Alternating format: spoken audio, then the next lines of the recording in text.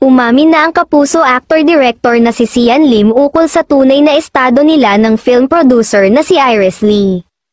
Sa kanyang eksklusibong panayam sa Esquire na inilabas nitong Huwebes, inamin niya na, in a relationship, na sila ng producer.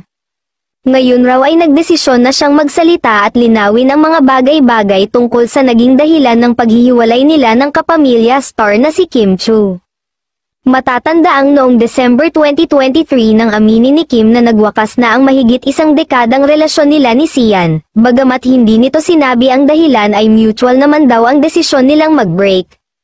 Marami kasing naglalabasan umanong chika na di umano'y may kinalaman si Iris sa kanilang paghihiwalay. Diin pa ni Sian, wala namang katotohanan ang ibinabato ng mga netizens na may third party sa breakup nila ni Kim, wala rin daw katotohanan na ikinasal na siya sa New York, matatandaang si Lee ang itinuturong third party umano sa hiwalayan ni Sian at Kim, busy raw sila ni Iris pareho sa buhay dahil sa dami ng kanilang ginagawa, matatandaang ilang beses ring naging laman ng balita si Iris at ang kaugnayan nito sa kapuso actor, masayang masaya raw ngayon sa isa't isa ang dalawa.